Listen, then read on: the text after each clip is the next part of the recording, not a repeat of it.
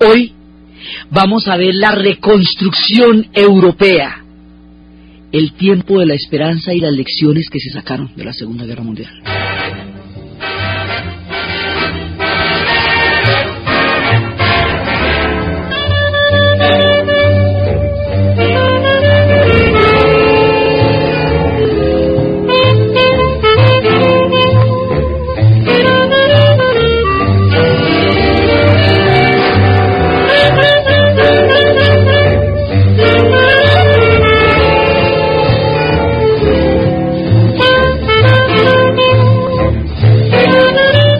La vez pasada estábamos escuchando la canción de Navidad de Bing Crosby, la primera canción en tiempos de paz. Había terminado la Segunda Guerra Mundial. Era la primera Navidad que se vivía en paz desde el 39. Era la Navidad de 1945 y todo el mundo estaba celebrando. Eso se armó una parranda en todas partes porque había terminado la guerra. La música que estaba sonando y sonaría en mucho tiempo de la posguerra era la música americana, porque la cantidad de tropas de ocupación que van a quedar en Europa después del conflicto y durante mucho tiempo después, pues va a hacer que sean ellos los que lleven su música, los chicles, los cigarrillos, la Coca-Cola, las cervezas, toda la cantidad de productos de consumo, y sean ellos los que consuman y sean ellos los que lleven, digamos, toda el bienestar de una sociedad que va a tener una pujanza muy grande en ese momento frente a una Europa derrumbada. Entonces se oyen en las bandas de jazz y los big bands y todo ese movimiento americano a través de la presencia de las tropas de ocupación. Pero nosotros habíamos visto, y a lo largo de este tiempo hemos visto una Europa absolutamente arruinada. Después de que termina la guerra, eso toca caminar por entre los escombros, no puede ni caminar, todo son escombros. Entonces, las calles están derruidas, los edificios caídos, eso, digamos, el nivel de la devastación es aterradora, y las posguerras tienen un problema, digamos, tienen una situación anímica, y es que, por un lado, tienen la esperanza de que la guerra terminó, pero por otro lado tienen el balance de las pérdidas. Entonces es como un incendio, usted en un incendio está ocupado salvándose y después al otro día llega y mira qué fue lo que se quemó. En la posguerra pasa eso, usted en la guerra está pilas pero pilísimas tratando de sobrevivir, y cuando se acaba la guerra pues mirando a ver qué se perdió. Entonces nosotros dejamos a una Europa devastada, absolutamente derruida, en palos, rota toda su civilización. Y en este momento para ir a Europa nos toca tener visa Schengen, nos toca tener un montón de requisitos. Los europeos en este momento son los grupos de mayor poderío económico del planeta, incluida Alemania y Japón, que aquí no están ni pintadas en el mapa de cómo quedaron. Uno dice, bueno, pero ¿qué pasó? Óyeme, si esto los habíamos dejado tirados en palos y no podían ni caminar por esas calles, y ahora estos son los que mandan, y la gente que tiene un poder adquisitivo altísimo, las sociedades más ricas del planeta provienen de esta gente que quedó en palos. ¿Qué pasó? Bueno, eso es lo que les vamos a contar. ¿Qué pasó? ¿Qué aprendieron? ¿Y cómo salieron de la nada a construir sociedades como las que hoy tienen? Pasó que se rompió todo el tejido social. Entonces hay un momento en que en Inglaterra vamos por las partes de los aprendizajes de la posguerra, y cómo es que esta gente va a salir adelante con un trabajo inmenso y con unas lecciones históricas aprendidas muy a tiempo, muy en su momento. Resulta que en Inglaterra se le ha pedido un sacrificio demasiado grande al pueblo inglés. En Inglaterra los viejitos no tienen ningún brazos que los acojan, que los ayuden, porque sus hijos murieron en los campos de batalla. Y en Inglaterra los hijos no tienen padres, son huérfanos, todos van a ser huérfanos porque los padres eran los pilotos. Por eso alguna vez habíamos hablado de Pink Floyd, durante los tiempos en que estábamos hablando de la batalla de Inglaterra, de cómo la siguiente generación van a ser sin padres. Los chicos que serán en el futuro, los rockeros y los hippies y todo eso, van a nacer sin padres. Por eso el rock inglés está absolutamente lleno de alusiones a los bombardeos y a la guerra, porque son los hijos, están contando a través del rock la historia de sus papás. Y habíamos visto cómo Pink Floyd nos cuenta cuál es el plante con que ellos van a nacer en Londres? ¿Qué les quedó a ellos de papá? Entonces esa es una pregunta cuando ellos hacen la referencia de quién es el papá de ellos, qué tienen ellos de su papá.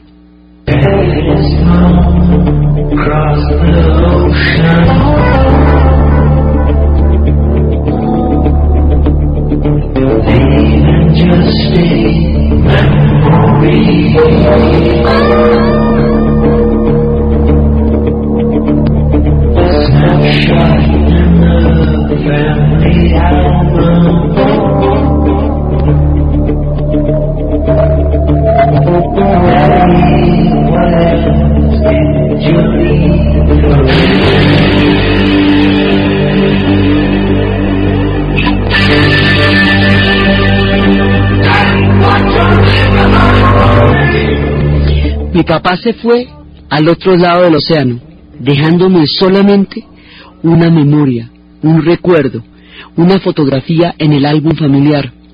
Papá, ¿qué más me dejaste a mí? ¿Qué otra cosa me dejaste a mí? Preguntan los de Pink Floyd, porque ninguno de ellos conoció a los padres. O sea, toda esta generación se pierde. Entonces hay un montón de huérfanos, hay uno de esos baches de población gigantescos. Hay huérfanos por un lado y hay una cantidad de viejitos que no tienen hijos que se ocupen de ellos, y una cantidad de mujeres solas por todas partes tratando de sacar adelante esos muchachitos, las que tenían niños y quedaron con los muchachitos. Hay una cantidad de recuerdos de las operaciones en las cuales murieron. Cada uno de estos niños tiene una historia de una batalla donde su padre murió. Los que lo alcanzaron a conocer, otros nacen y no los alcanzaron a conocer. Entonces Pink Floyd también nos dice, recordándonos el desembarco de Anzio, de cuándo y cómo fue que murió su papá. Y con esta estrofa es que nacen los niños y se van a criar y van a salir adelante con estos relatos.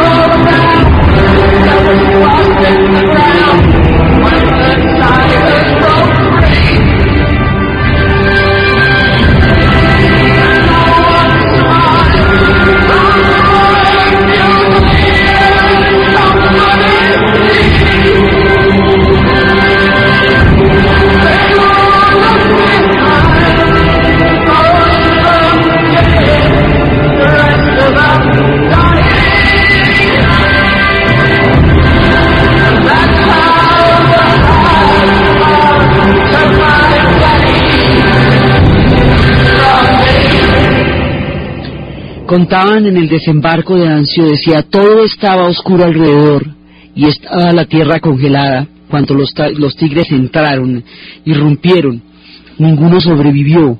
De la Real Compañía de Fusileros C, todos fueron dejados atrás, muchos de ellos muertos, el resto de ellos muriendo, y así fue como el alto comando me quitó a mi papá. Entonces aparecen estos chicos que no tienen papá, una Inglaterra destruida, el momento de mayor pobreza, el momento de mayor desolación.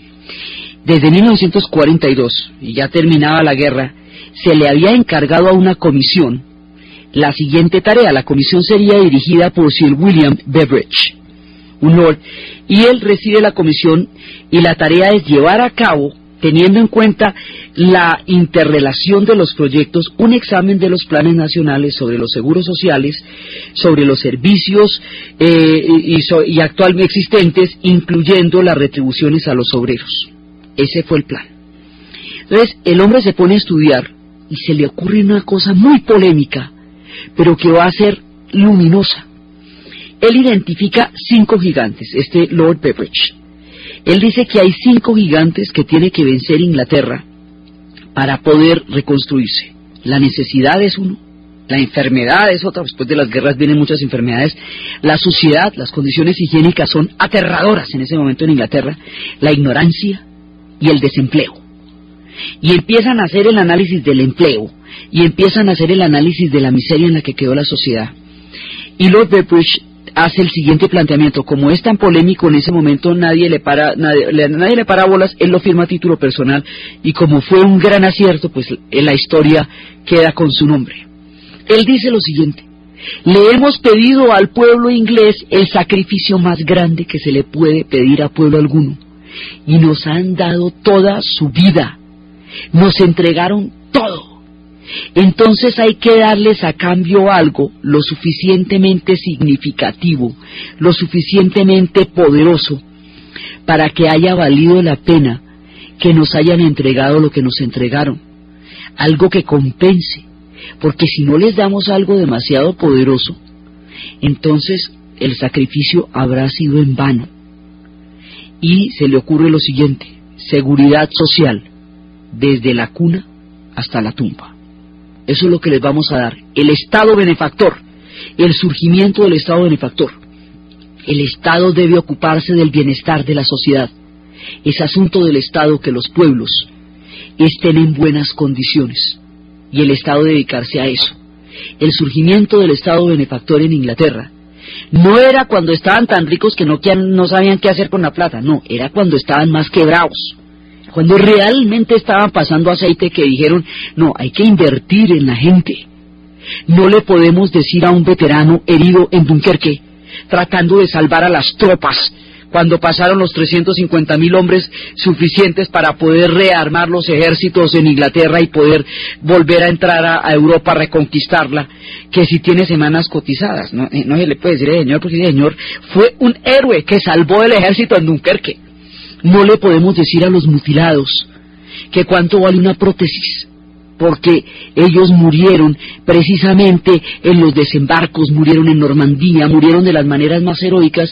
Queda una legión, pero así, una legión de gente mutilada, miles de hombres, sin piernas, sin brazos, sin ojos, miles de hombres destrozados, lo que quedan son pedazos de seres humanos.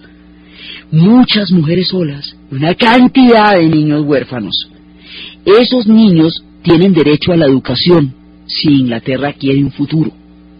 Esos viejitos tienen derecho a una pensión, si Inglaterra es capaz de retribuirle el sacrificio que les pidieron, porque esos son veteranos de 2 guerras mundiales. Y usted no les puede salir con el cuento de que les pidió el pellejo para 2 guerras, y ahora que el pellejo está viejo, chao el amigo. No se va a poder. Entonces, el Estado benefactor es un acto de dignidad, de reivindicación y de reconocimiento al pueblo inglés por el sacrificio tan grande que hicieron para poder ganar la guerra. Es la retribución a las palabras de Churchill. ¿Qué está haciendo usted para ganar la guerra? Pues todo. Bueno, entonces la ganamos. ¿Y ahora qué vamos a hacer? Pues el Estado benefactor. Por eso es que a Churchill no lo van a reelegir. Después de la Segunda Guerra Mundial lo adoran, lo veneran y lo idolatran. Donde quiera que vaya Churchill, todo el mundo lo abraza, la gente le tira al piso, pero es que vamos a reconstruir un Estado benefactor con unos niveles de tolerancia grandísimos, vamos a hacer una cantidad de empréstitos. Para eso no nos sirve Churchill. Churchill es un guerrero, es un león. Hizo todo lo que la historia le pidió que hiciera, y nadie le va a quitar nunca ese mérito, y es un ícono del pueblo inglés, y es el hombre más adorado. Pero una cosa es una cosa y otra cosa es otra cosa. El pueblo inglés lo venera. Nadie les va a quitar nunca de la memoria la adoración que sienten por Winston Churchill. Pero para lo que viene ahorita no nos sirve el hombre. No, ese es el problema. Por eso perdió las elecciones. Con todo el amor del pueblo inglés. Porque venía otra etapa. Entonces Lord Beveridge empieza a formar el Estado benefactor en Inglaterra. La seguridad social, de la cuna hasta la tumba. Eso es que a usted, mejor dicho, la nación le debe a usted, porque usted le entregó a la nación la vida. De todos esos soldados que murieron y todo eso, esa gente necesita una compensación.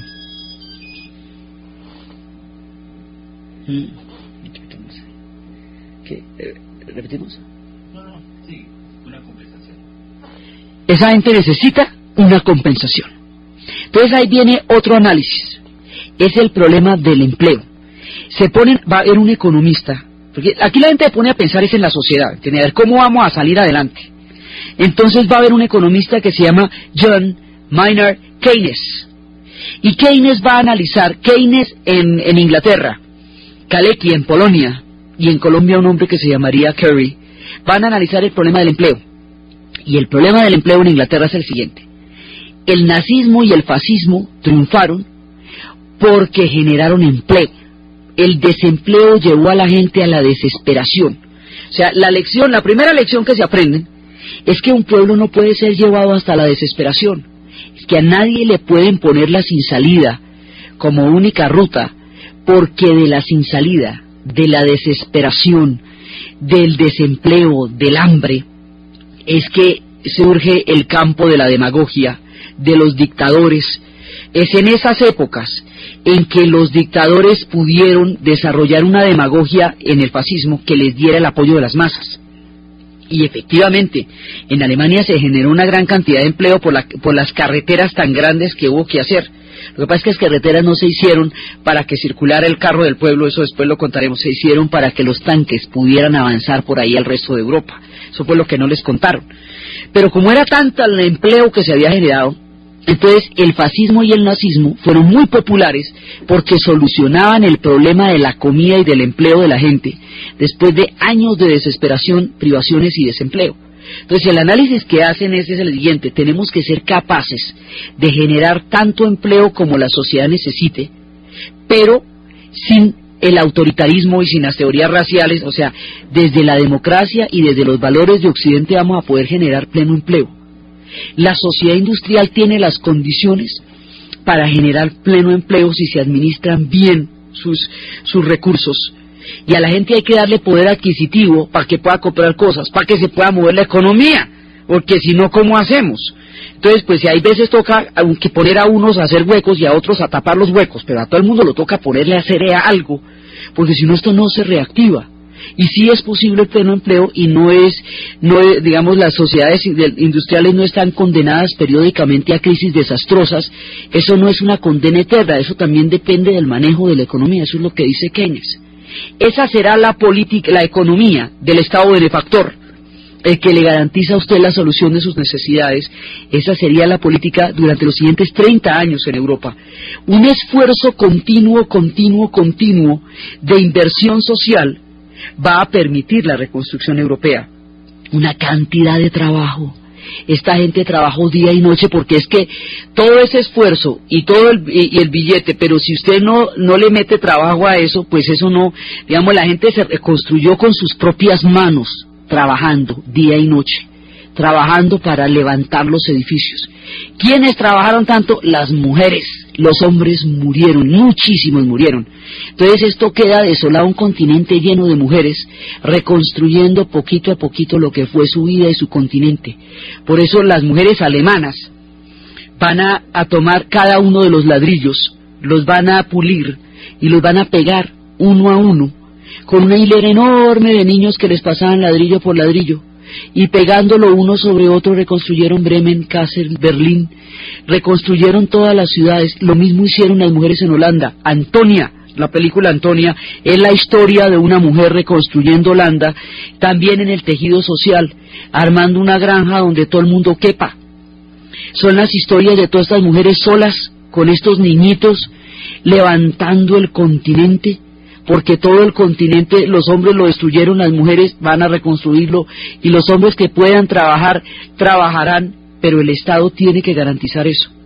A diferencia de la crisis del año 30, donde la economía norteamericana se quebró, en esta época la economía norteamericana está en un momento prodigioso. Tiene las industrias intactas, no tuvo la guerra en su territorio, no hubo economía de guerra que impidiera que pudiera seguir produciendo, porque es que todo el esfuerzo económico de Europa se fue en la balacera, en la guerra.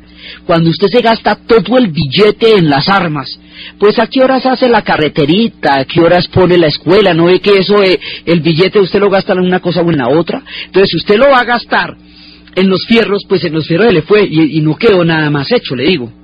Que tocaba, no hay duda, pero esas son las consecuencias. Entonces no hay nada, todo se perdió. No una escuela que se hiciera durante esa época, todo se fue. ¿Usted de dónde cree que sacó esa aviación inglesa? Esa aviación de la Gran Bretaña para poder soportar, pues del esfuerzo bélico de todo el pueblo inglés haciendo los aviones. La plata que se fue en los aviones, pues obviamente no está en la inversión social porque fue para la guerra. Entonces, Estados Unidos no tiene ese sacrificio del desarrollo a cambio de la guerra, porque su economía es lo suficientemente plena para que le dé para los dos, para el desarrollo, y le diera también para estar dando los recursos para la guerra.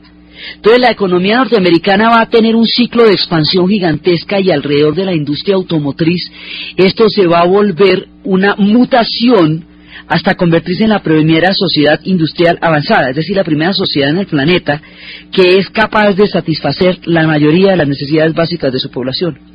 Es tanto el billete que van a tener, y la guerra la ganaron de todo a todo, porque la Unión Soviética también la ganó, pero no le quedó cuero para ganarla. Con 25 millones de muertos esta victoria queda amarga, y con el 70% del territorio destruido, de la infraestructura por la tierra arrasada y el avance del ejército alemán, pues usted, a ver, le queda dura la reconstrucción. En cambio Estados Unidos quedó intacto. Entonces Estados Unidos va a pensar que sus mercados en el futuro van a necesitar, su producción va a necesitar mercados. Los únicos que van a tener mercados en un futuro es la gente europea, pero ahorita en palos no se puede. Entonces toca darles una manita, una plata para reconstruir, y un tiempito para que se recuperen, que después ellos van a hacer unos mercados serios. Eso se les tiene fe. Esa platica es un billete largo, se va a llamar el Plan Marshall. Es el dinero para la reconstrucción de Europa. Estados Unidos va a financiar la reconstrucción de Europa, cosa que además genera deudas de gratitud muy importantes con ellos, ¿no? Estados Unidos, Inglaterra les debe la manguera, o sea, todo lo que les prestó durante la guerra, y la reconstrucción. Francia todavía les debe dinero de la reconstrucción, Alemania le tocó pagar hasta el último centavo, no van a creer, pues. Entonces, pero hay una sensación hasta hace casi poco tiempo de la gratitud de Europa. Estados Unidos les dio la mano en ese momento. Estados Unidos además tenía con qué, porque en los años 30 les iba a dar la mano, pero se quebró. Entonces empieza a entrar el Plan Marshall, pero sin el trabajo de los europeos, sin la tenacidad de los europeos, sin todos los días en que se levantaron a trabajar. Es que ellos no se reconstruyeron a partir de ninguna forma de dinero fácil, ellos se reconstruyeron con un trabajo,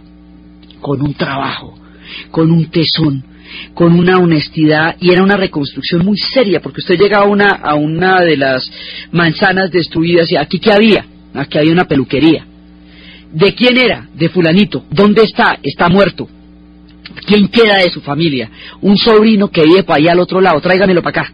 Entonces traían el sobrino y le reconstruían esa peluquería que quedaba ahí para que él la administrara, tratando de recuperar en la medida de lo posible el tejido social, ¿ve? Que las cosas se parezcan en algo a lo que alguna vez fueron, que usted vuelva a tener la peluquería que era de su abuelo, pero para usted le quede.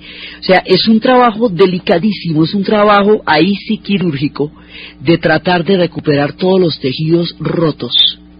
Este esfuerzo de trabajo, de inversión, del concepto del Estado benefactor, durante tantos años, va a producir el resurgimiento de Inglaterra.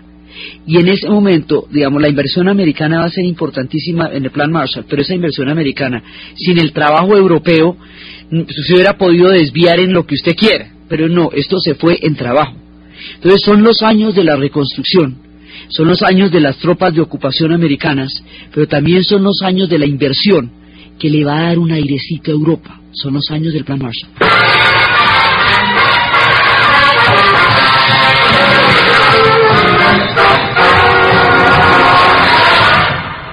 When they begin the beginning,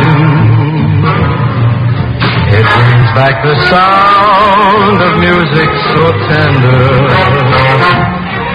It brings back a night of tropical splendor. It brings back a memory evergreen.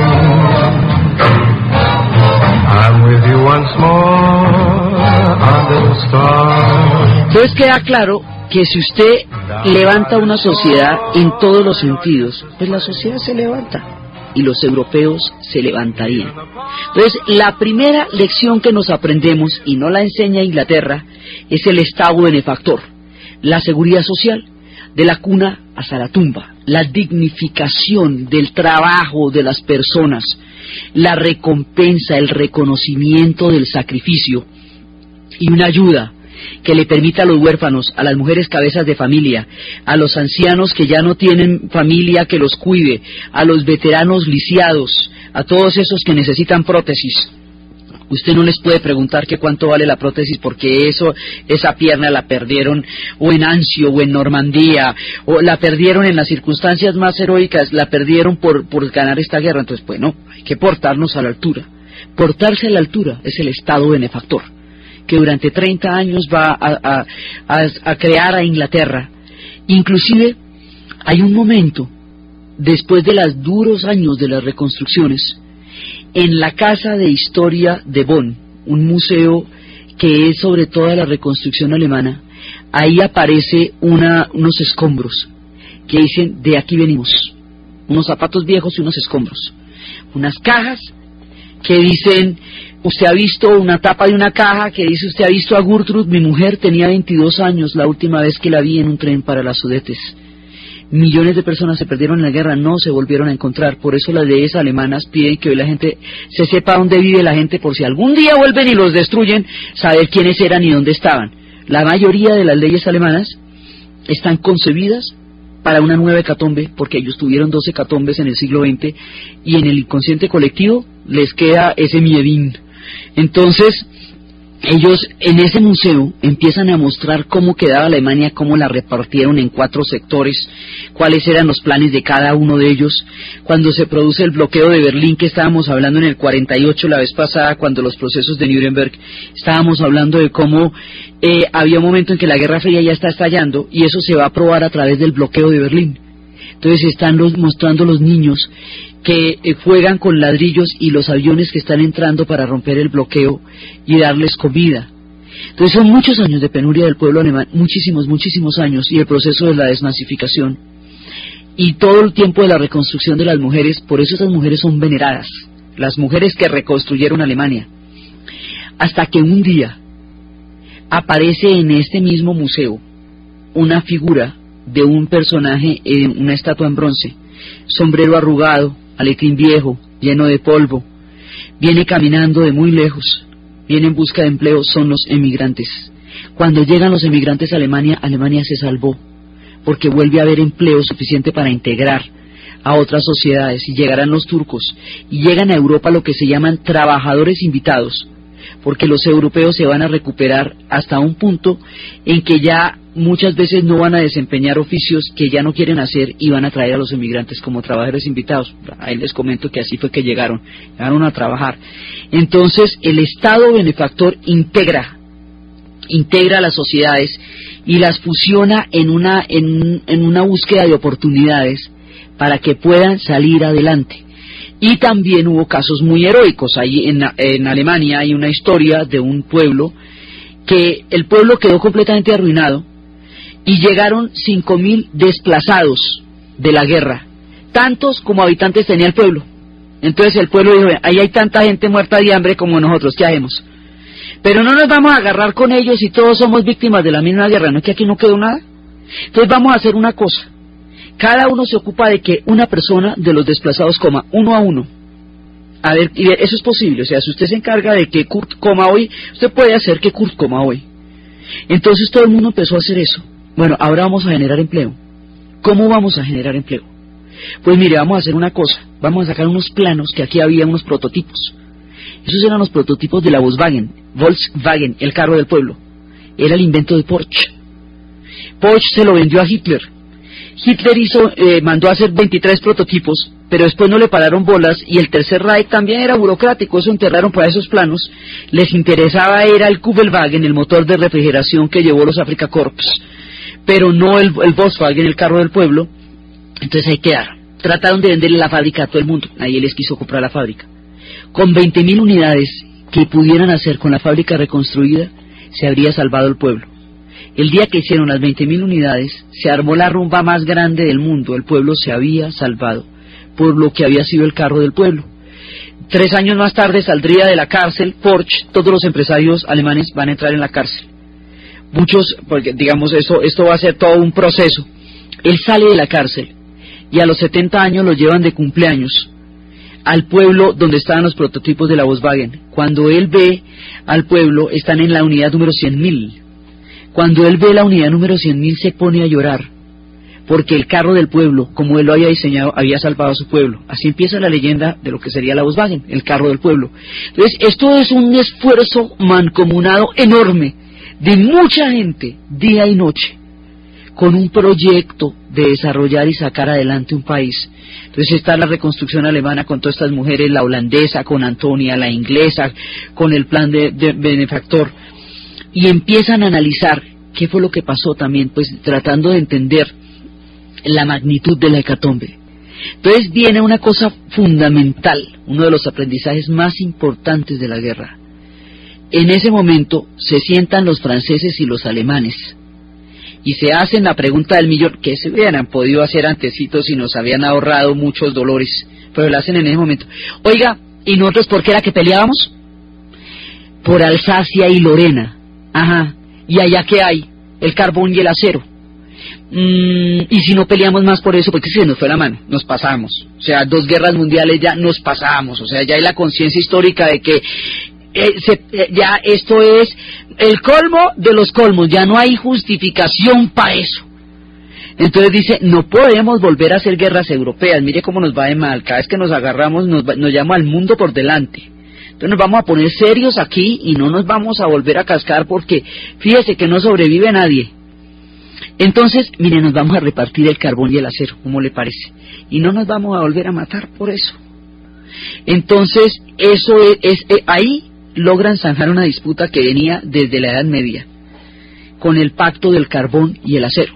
Resulta que en la Edad Media, Carlomagno, el mismísimo Carlomagno, hay un edificio hoy día en Bruselas, el edificio más grande de toda la Unión Europea, que se llama Carlomagno, por esta historia, porque Carlomagno es el del proyecto del Sacro Imperio Romano Germánico, que es el origen de esta historia que estamos contando en este momento. Él tiene 2 hijos.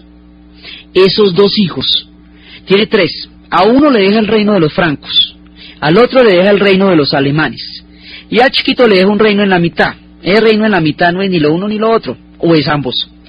El tipo se llama Leotario.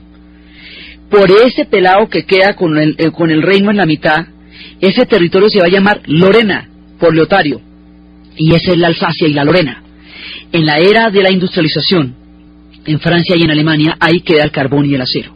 Entonces, en la batalla de Sedan, los alemanes aplastan a los franceses, los humillan, les quitan Alsacia y Lorena y les arrestan el rey. Bueno, eso queda muy horrible. En la Primera Guerra Mundial, después de que los alemanes pierden la guerra en Versalles, los franceses les van a cobrar Alsacia y Lorena y se las van a anexar, aparte de despedazar a Alemania, como ya habíamos visto. Cuando empieza la Segunda Guerra Mundial, entonces Hitler, cuando va a invadir a Francia, les quita Alsacia y Lorena, y otra vez queda en alemán y se prohíbe la enseñanza del francés.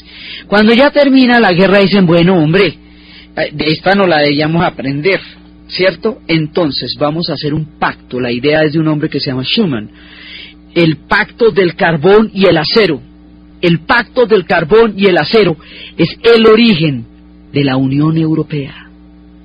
Vamos a unirnos los europeos, vamos a salir adelante y no vamos a pelear más por esto. Entonces, el proyecto original, el arquetipo de la Unión Europea, era el Sacro Imperio Romano Germánico de Carlomagno.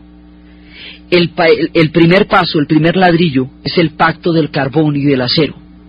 Alemania y Francia se habían puesto de acuerdo para no matarse más por Alsacia y Lorena, y de esa manera será posible paulatinamente el proyecto de la Unión Europea.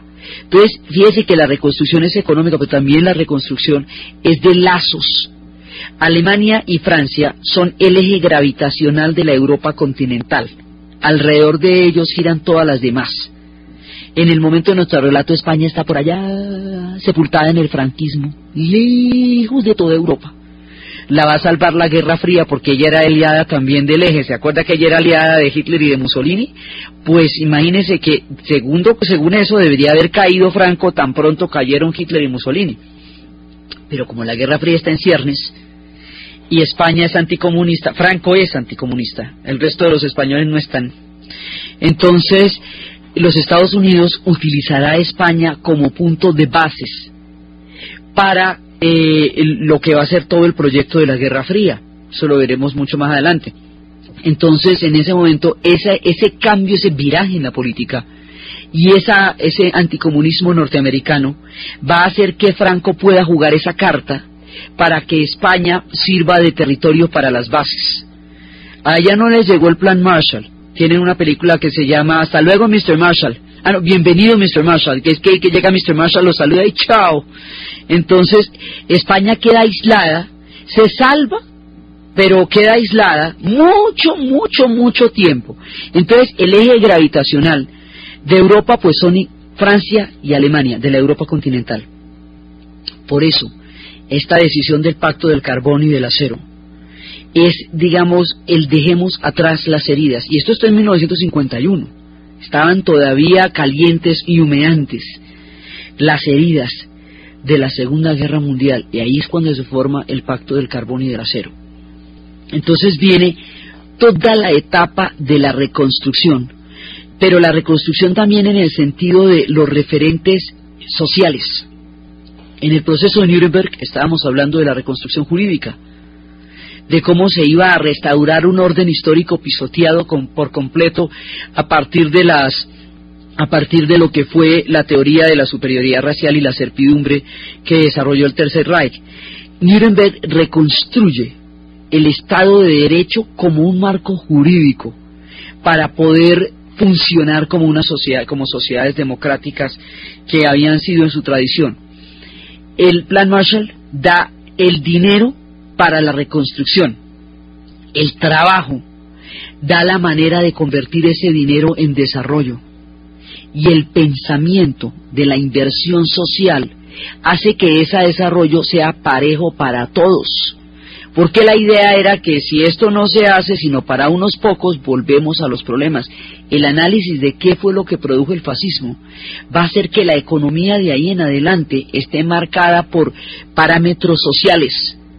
De manera que cuando un país esté en la desesperación haya cómo ayudarlo. El origen de la idea del Banco Mundial y el Fondo Monetario, el origen de la idea era ayudar a los países en la desesperación y evitar que el hambre hiciera presa de ellos y que por lo tanto las dictaduras tuvieran fértiles terrenos allá. Muchas de estas cosas tendrían después otros rumbos, pero la idea es aprender de las lecciones de la Segunda Guerra Mundial para hacer sociedades que no reproduzcan estos niveles de miseria y de desesperación y que puedan por lo tanto ser viables en el futuro.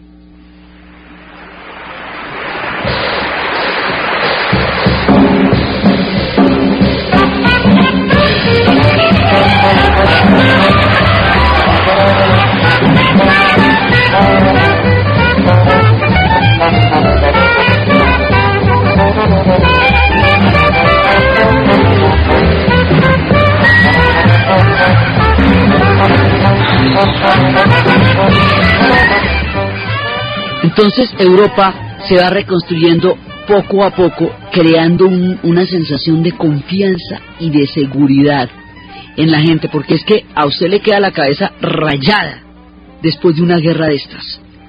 Hoy por hoy los viejitos europeos, que ya se los está llevando el tiempo, se desdibujan y se pierden en la historia los veteranos. Ya ha pasado mucho tiempo y están muriendo. En nuestro momento del relato ya son parte, ya se desdibujan en la niebla del tiempo. Aún hoy, y con las 90 y pico de años que todavía tienen los que aún están vivos, duermen con los refrigeradores llenos de comida. En Europa quedó una psicosis de la comida, porque hubo muchísima hambre, y la gente tiene cantidades y cantidades de enlatados en sus despensas, y barras de oro debajo de las camas, porque si un día esto llega una crisis como las del 30, no hay dinero que valga, eso se vuelven papelitos. Entonces lo que tienen son lingotes de oro que acumularon de la guerra. La idea de la guerra va a durar en el inconsciente colectivo muchísimo tiempo, porque es que una herida de esta no se cura de la noche a la mañana. Eso quedan secuelas a largo rato para las generaciones futuras.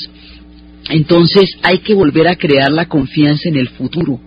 la confianza en la sociedad, la confianza en que sí vale la pena tener niños, porque es que imagine que después de la Primera Guerra Mundial, qué camello para tener niños porque nadie quería.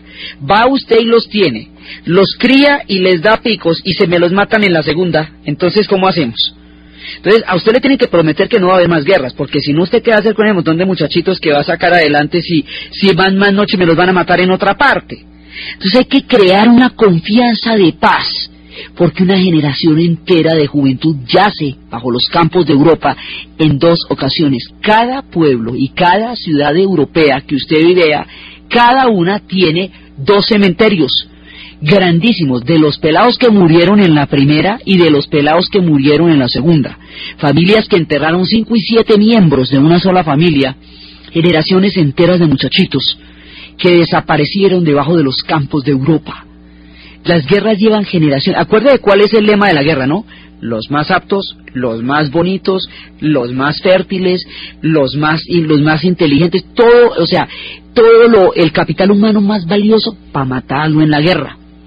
Entonces, va a morir toda esta gente en la guerra y hay que crear la confianza de que no va a haber otra de esas, porque eso, además con la bomba atómica, como diría Einstein, si la tercera guerra mundial fuera atómica, la cuarta sería a huesos y a palazos, porque eso ya no quedaría ni con quién.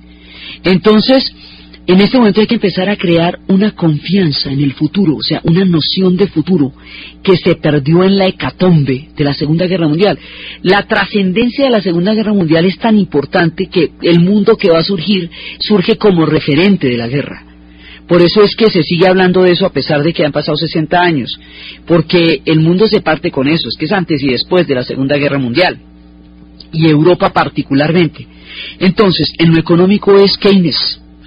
En lo geopolítico es el proyecto de la Unión Europea. Las sombras de la Guerra Fría se están alistando ya, pero es la Unión Europea, con la mitad de la Alemania, la otra mitad va a estar en manos de los soviéticos, pero a pesar del pedazo de Alemania, se crean las bases de la Unión Europea. Por eso es que la Unión Europea no va a poder despegar, sino solamente cuando se reunifique Alemania, cuando caiga en el futuro el muro de Berlín, porque con 2 Alemanias divididas pues no puede haber una Europa unida, y cuando empiezan los 2 sistemas entre el capitalismo y el socialismo, pues Europa está dividida. Entonces es hasta cuando se acabe esa división que va a poder unirse Europa, y ya después cuando se unan van a poder desarrollarse mucho y se van a unir a partir de proyectos económicos. Como son tan distintos políticamente, se van a unir a partir de proyectos económicos.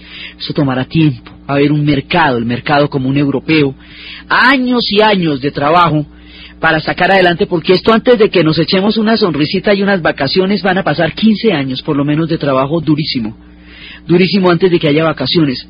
Hubo un tiempo en que la seguridad social existió en Inglaterra, en Alemania y en Francia, y luego la guerra la arrasa. Entonces van a volver otra vez a recuperar ese hilo de lo que era la seguridad social y el derecho a las vacaciones y todo eso, para hacerlo parte de un proyecto de Estado, que es el Estado benefactor.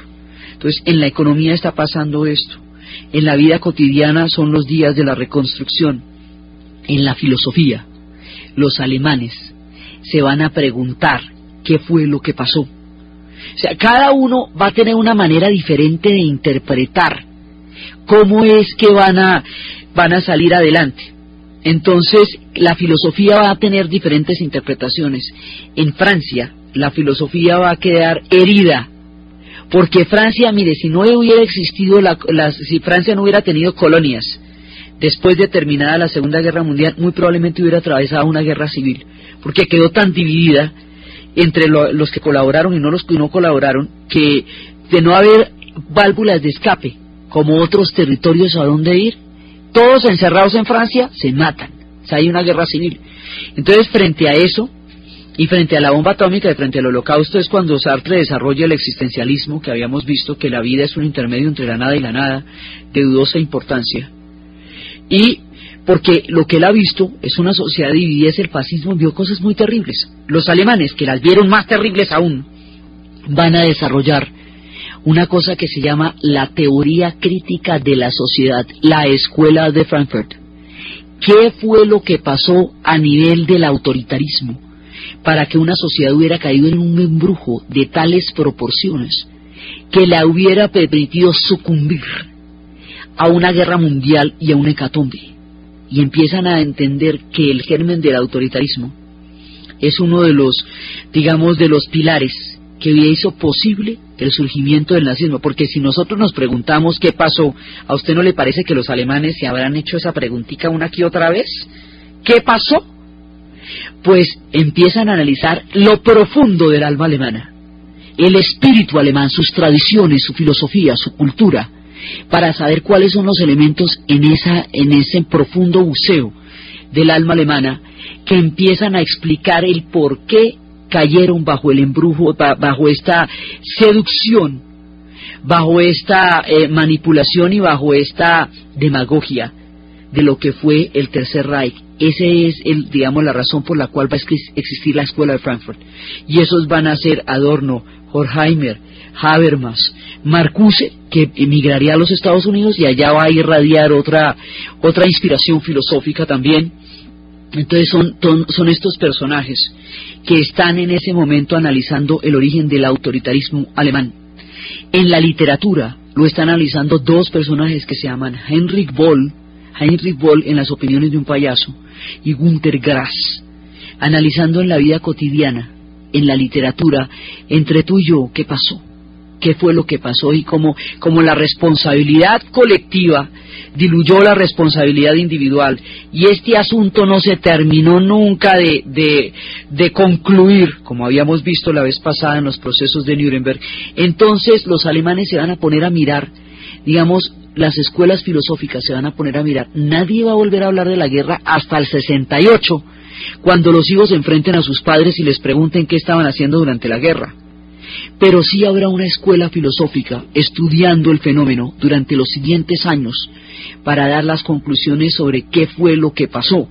Entonces, en todas partes se están dando, en el campo de la moda, cuando ya están pasando los años más oscuros, cuando Europa empieza a recuperarse un poquitico ya en los 50s, empieza a salir una línea muy elegante con todas las faldas estas así que son con polleras. Es el estilo de Christian Dior, que dice que los tiempos más duros están quedando atrás y que va a volver la era de la elegancia, y que las mujeres se pueden vestir ya no con la ropa de los pantalones de los maridos que tenían en el closet, sino mujeres elegantes. Están empezando a aparecer los días mejores, y la moda intenta dar un aliento para decir los días mejores están comenzando. El mundo empieza a recuperarse lentamente de todo esto y va creándose una sociedad mucho más compleja. Estos procesos de recuperación, todo lo que es la reconstrucción, los aprendizajes, las instituciones, la vida cotidiana de lo que es la recuperación europea, y lo que va a ser más adelante la recuperación del Asia, es decir, de Japón, de Corea, de China. Estos procesos por los cuales los pueblos han salido de las sombras, los tiempos de la esperanza, los tiempos de la reconstrucción, los tiempos de las lecciones, de los grandes aprendizajes, después de las hecatombes, los que hacen que los pueblos sigan adelante, se paren y se sacudan y continúen viviendo, es lo que vamos a seguir viendo en el próximo programa. Entonces, desde los espacios del espíritu de la recuperación de pueblos que han conocido el extremo del horror, desde los días más duros hasta los días en que empieza a salir el sol para los europeos, desde los tiempos de las mujeres que reconstruyeron Alemania, desde los tiempos de la seguridad social de la cuna hasta la tumba, la dignificación de los veteranos, el reconocimiento y la compensación por los sacrificios, y la esperanza en que el género humano es capaz de recuperarse aún de las mayores hecatombes. En la narración, Diana Uribe; en la producción, Jessy Rodríguez, y para ustedes, feliz domingo.